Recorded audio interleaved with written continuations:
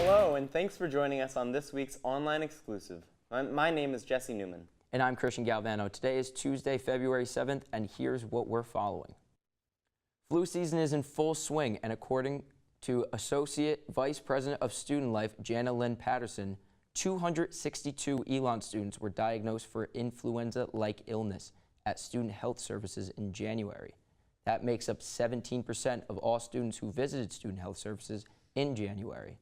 According to one registered nurse at Alamance Regional Medical Center, Amber Smith, the best way to fight the flu is by simply getting the flu shot, which contains 3 to 4 strains of the virus. The flu season goes from about October through February, March.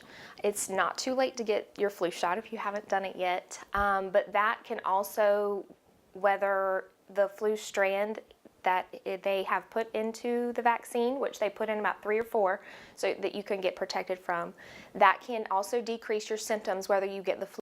Some ways to prevent the flu from spreading are coughing into your elbow, washing your hands frequently, and avoid sharing things that can attract germs like keyboards and cups.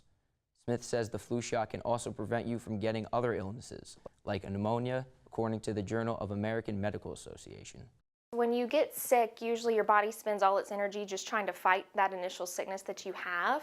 And so your immunity already kind of is decreased because you just don't feel good and you don't have a lot of energy to keep fighting some of those other things. If you're not feeling well, here are the wait times at health clinics in the area as of 3 p.m. At Student Health Services on campus. The first available appointment is next Tuesday, February 13th. And the CVS Minute Clinic on South Church Street in Burlington, the wait is approximately 3 hours. New information tonight, $100,000.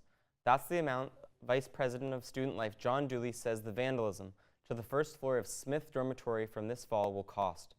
This does not include additional costs to install new security cameras to Residence Hall. According to John Dooley, the cost stems from a urinal ripped from the wall, damaged exit signs, and broken ceiling tiles.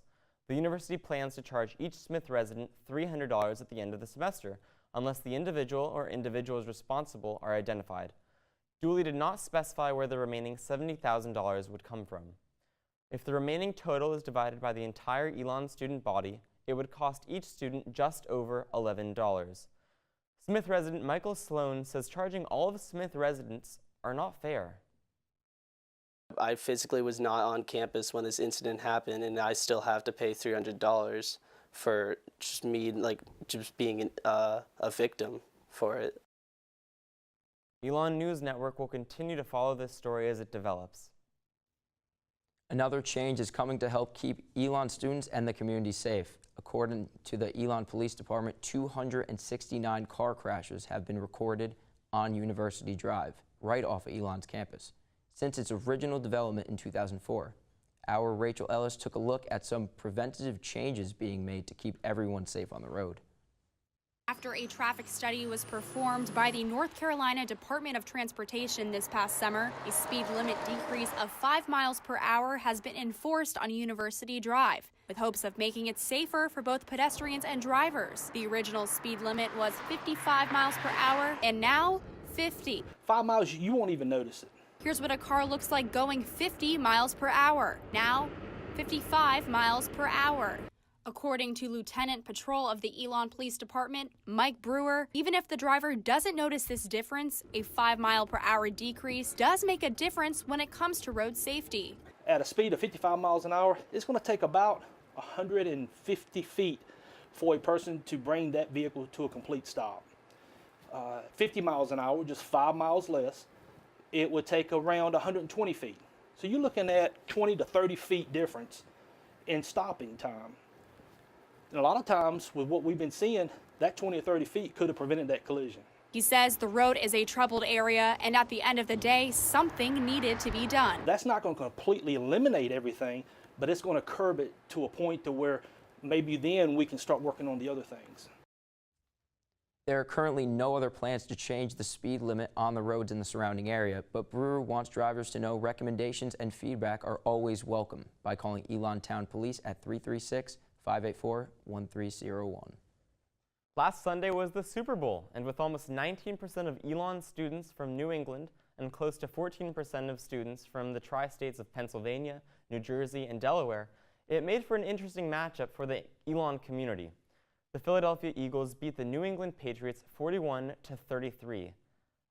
Our own Jack Norcross had some talks with Elon students on their thoughts about the big game. One word to describe the game, what would it be? Electric. Intense. Stressful. Interesting. Disappointing. Historic. Exciting up until the last second, but it was still a good game. Oh, it was so sweet. Seeing Tom Brady's disappointed face is just the best. It's just the best. It was crazy. Didn't really know how to put it into words. It's like a childhood dream coming true. I found myself sitting on my couch, staring at my wall for about 4 hours straight. I don't really care. I'm the person who's more there for like the commercials and the halftime show, to be honest. Well, that was a great game. Yeah, it absolutely was a great game. I mean, I'm not personally an Eagles fan, and they won last night, but, I mean, it was absolutely awesome. Yeah, that's right. Well, that's all the news we have for today. Thanks so much for watching. Make sure to check us out on our social media at Elon News Network and pick up a copy of The Pendulum tomorrow. Have a great week, Elon.